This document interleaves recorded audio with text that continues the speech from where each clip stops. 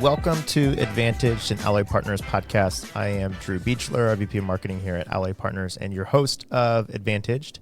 Alloy Partners is a venture builder. We partner with leading organizations and entrepreneurs to co-create advantage startups and venture studios that can unlock growth and transformation. And on Advantage, we interview corporate innovators, founders, investors all around venture building and corporate startup engagements and partnerships where we're telling the stories of how corporations and organizations and startups win together. And so here today with me, we have myself, Drew.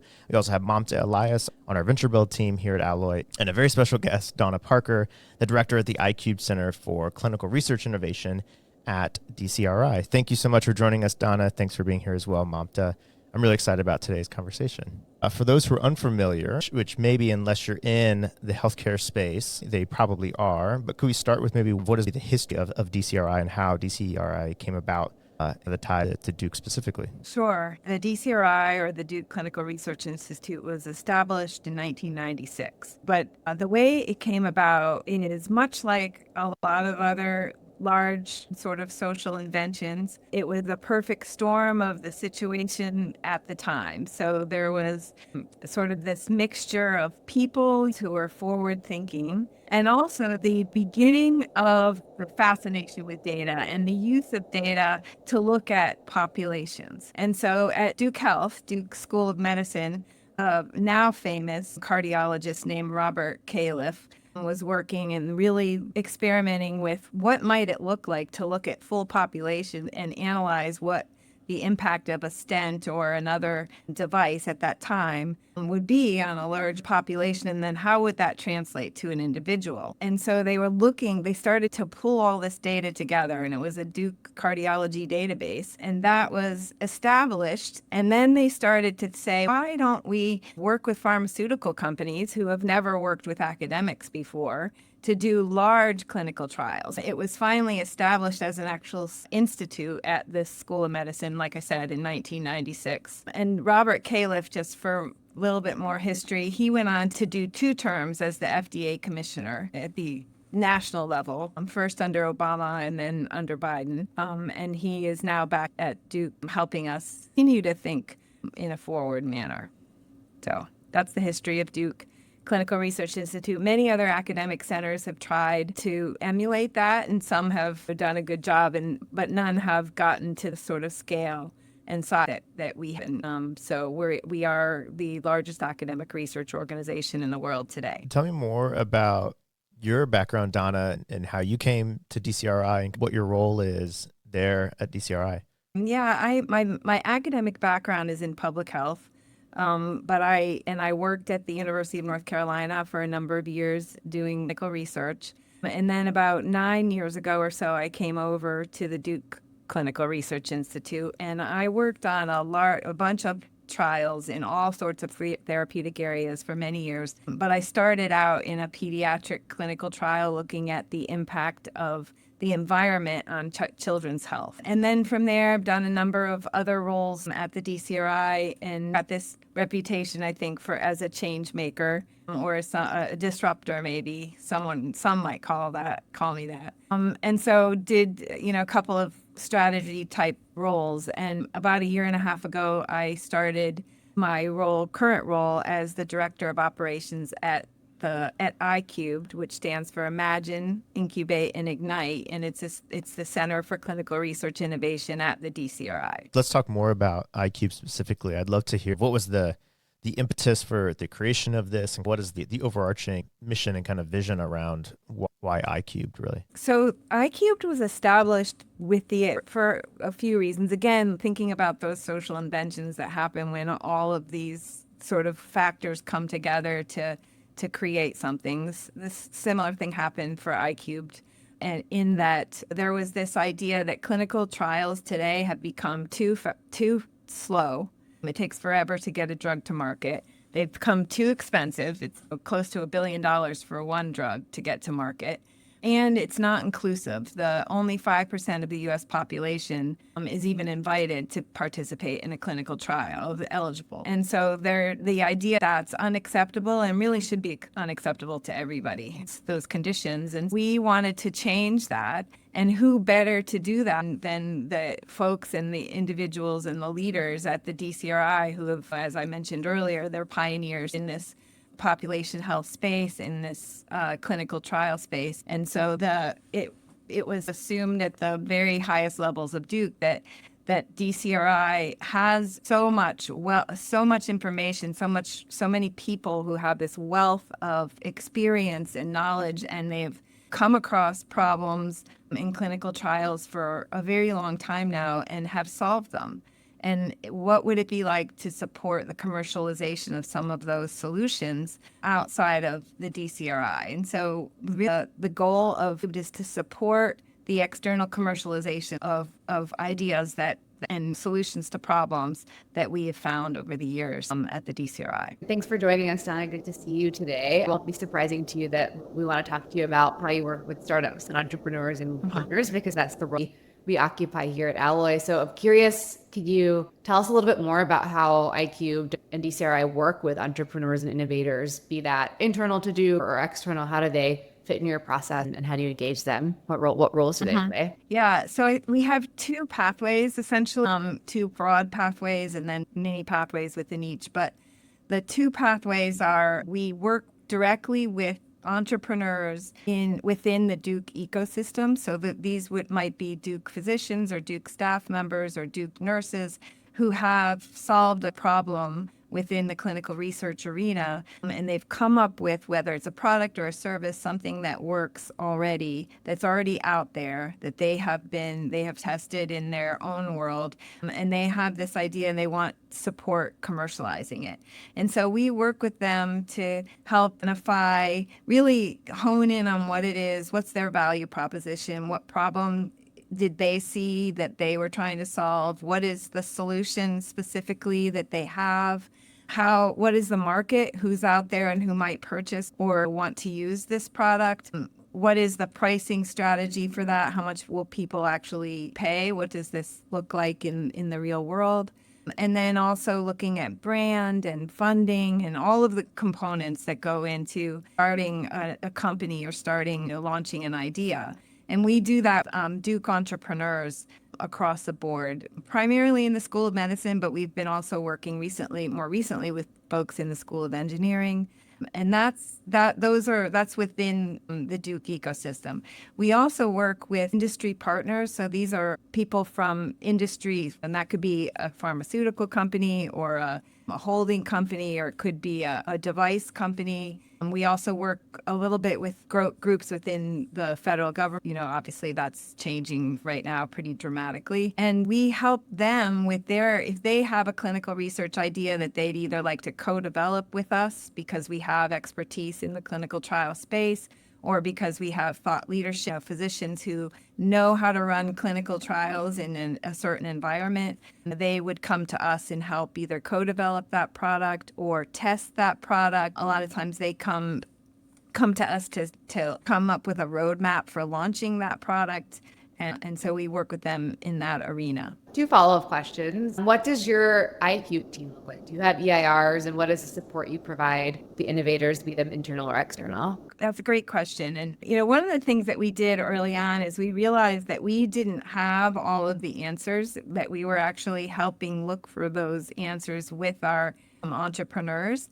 And so we went out and found the experts. So the experts out in the community who have deep experience with startups, and some within the biotech arena, but some not. In some cases, it's better that they don't have that background. It just depends on the use case. But we have 4 entrepreneurs in residence right now, and they work directly with our startup founders. So the entrepreneurs that are from within Duke, they get paired up, and it depends on what stage that idea is in. But then that entrepreneur in residence through a process where they learn how to launch their business. And so we have a lot of relationships and resources outside too of Duke that we connect these entrepreneurs with. I'm curious what opportunities and pathways are there for these ideas to be tested within Duke, within some of your trials? I'm sure that's a big part of the value here that you have.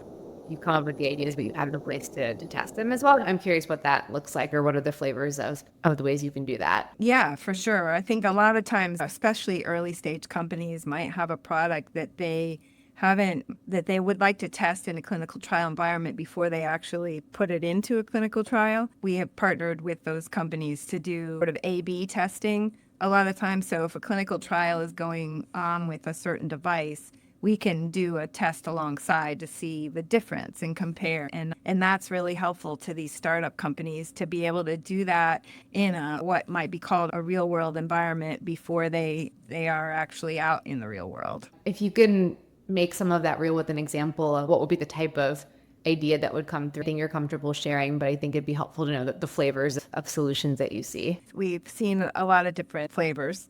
One of them is a patient matching tool for recruitment. There are early stage companies out there that are looking at patient matching tools. So these are tools that essentially go out and look at different data sources to identify patients that fit different clinical trials. Each clinical trial has inclusion and exclusion criteria. So these are criteria that make them suitable for a certain clinical trial.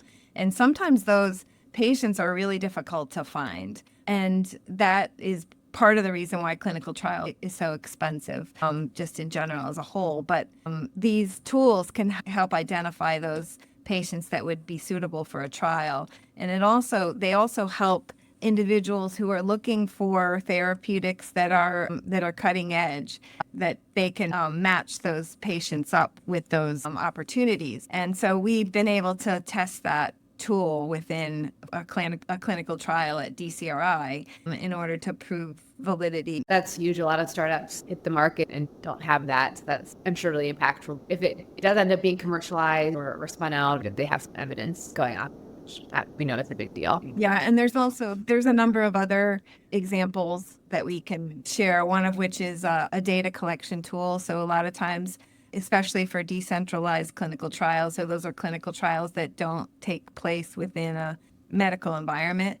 Those are sometimes people can do a clinical trial at home, for instance, or in their community. And there are different tools that are used to collect the data needed to support that clinical trial. We've been able to test those in clinical trials using what's currently used as part of the protocol for a clinical trial. And then an A/B test next to that is a data collection tool that a company might have and want to test versus another thing. I guess following up on that, you started talking about it, but I'm curious what are the different ways you approach industry partnerships? So maybe with pharma companies or CRO or health systems, what ways do you engage with that? So we work with a lot of pharmaceutical partners and device partners who have an interest in testing their innovative solutions that they have within their organization in a clinical trial environment that may not be necessarily associated with a therapeutic, or they might want to do A/B testing. A lot of times they come to us too to get the academic scientific background. Some of the experience that our physician researchers have is very valuable to some of our partners who are looking at how to do something in a specific environment or a specific therapeutic area. The most typical engagement is they're bringing ideas to you all and it's going through your process. Yeah, and we also do the reverse as well, where we bring our ideas to them and get their input or offer this idea or this new service or product to be used in their environment. And so that's also interesting to them because we're all interested in looking at the most innovative way to do things today, especially with the advent of AI or in the expansion of AI. They're wanting to try these new tools also to see if they can get a competitive edge. Yeah. On that note, Donna, it's already the idea started for in my head, but would love to hear from you that the strategic value that these partnerships bring for Duke and how bringing these partners in really give DCRI and iCubed and the ideas you're working on a unique advantage. And it's bi-directional, so I see all the value you're giving add to these partners as well, but curious how these partnerships really create something advantage in the end. Yeah, I mean, I think ultimately our goals are much the same, our partners and academic partners and others. And that's essentially to help make clinical trials faster, less expensive, and more inclusive. We all want that. It's best for the industry. And we approach each problem through a very different lens than some of our partners, and they recognize too the value of that lens to developing like a complete product. And so I think together we are able, it's exciting for us to work with them and that they validate our ideas sometimes, and we can do the same for them. We have different things to offer each other, and I think that's really important. If you have a sandwich but you don't have meat, then it's not very delicious. And the same with meat without the bread. So it's really helpful to have all of it and really look at the full picture together. And they appreciate that, and so do we. Sounds very complimentary, and you can play that role because you're in this unique position, the clinical research space, that you're not a pharma company, so you're not a head-to-head competitor, and you're not from this different angle. So it sounds like you can do that uniquely. Yeah, and if we think of ourselves as an unbiased party who really is looking at the scientific value of things in a way that isn't necessarily to make money or to no ulterior motive. Donna, last question for me before turning it back to Drew, but I was just learning more about DCRI on your website and came across something that sounded cool, which is your DCRI think tank.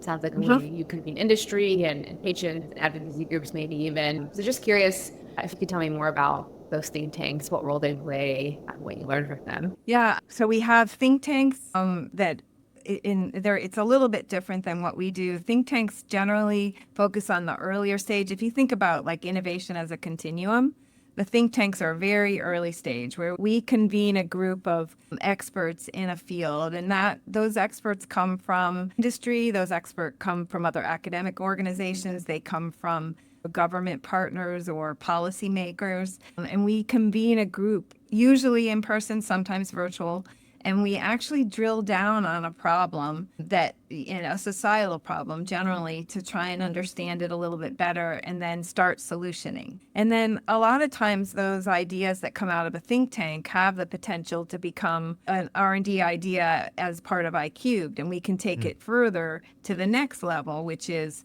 really starting to think through what that solution is, what that might look like, who the customers are, what the product actually is, and go from there. It's a complementary program to iCubed, and sometimes they have really helped us also think about the big picture. What does a problem mean in relation to into the world? Yeah, that's really cool, especially that you're bringing patients and kind of community points of view. It sounds like it's almost validation, top of funnel for ideas for you, which is really cool. I love the your innovation as a continuum and kind of this idea that ideas can come from anywhere. You, as Mamta noted, you sit in a very unique spot in the middle where you have a little less bias and can be the convener folks across the industry that hopefully, I think, and ideally is playing out probably where like the best ideas are coming to the forefront and bubbling up, and you get to take advantage of that.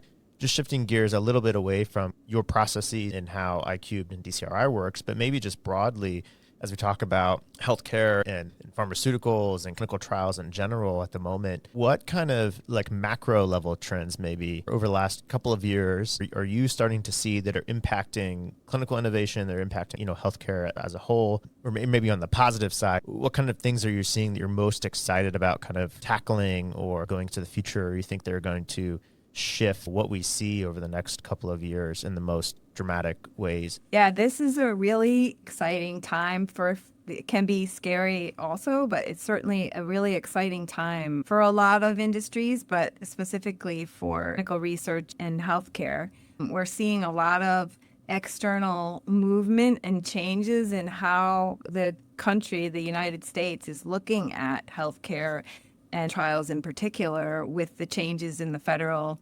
supports for those areas. But also when big changes like that are made, we have to, as an organization, look at the big picture and say, what other things are needing to move to fit in there. So if a hole is being made because of changes in federal funding, what changes and what aspects there need to be addressed to fill that hole? And I think the DCRI has a long-standing history and culture in innovation. DCRI was established to solve a problem that needed to be solved at the time, looking at things like what was in the external environment that was available to them, like data and new discoveries in cardiology. And I think that our culture is the same today as it was then, where we are looking at the opportunities that come with these macro level changes, that tectonic changes really that are happening in the world. And how can we partner with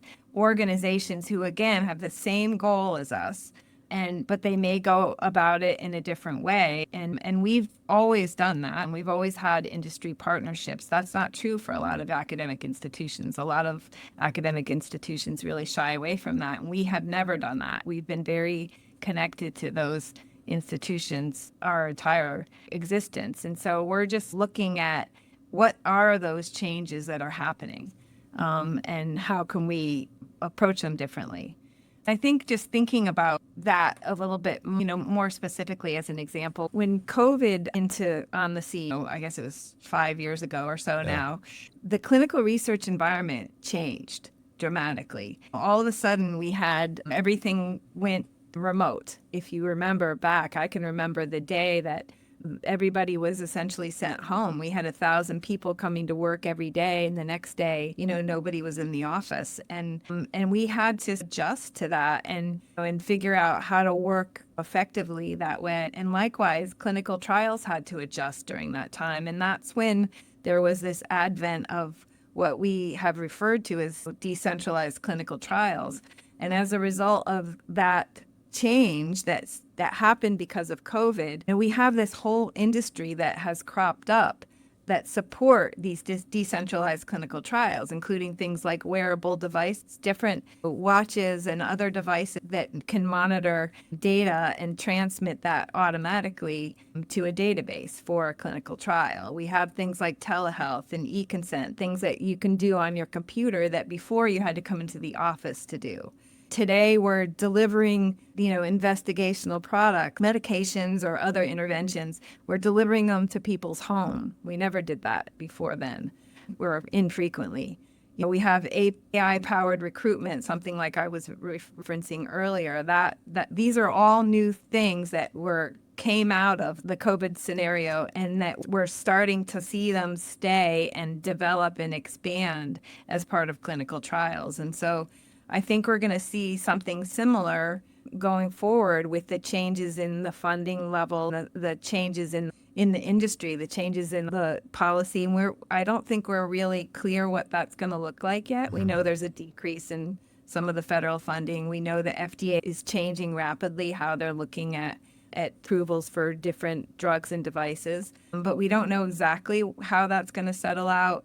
And that's going to impact how the clinical trial environment, what that might look like, as are things like AI, as are things like technology. Geography is changing dramatically. Opportunities for people in rural areas to participate in clinical trials because of decentralization is more available than ever.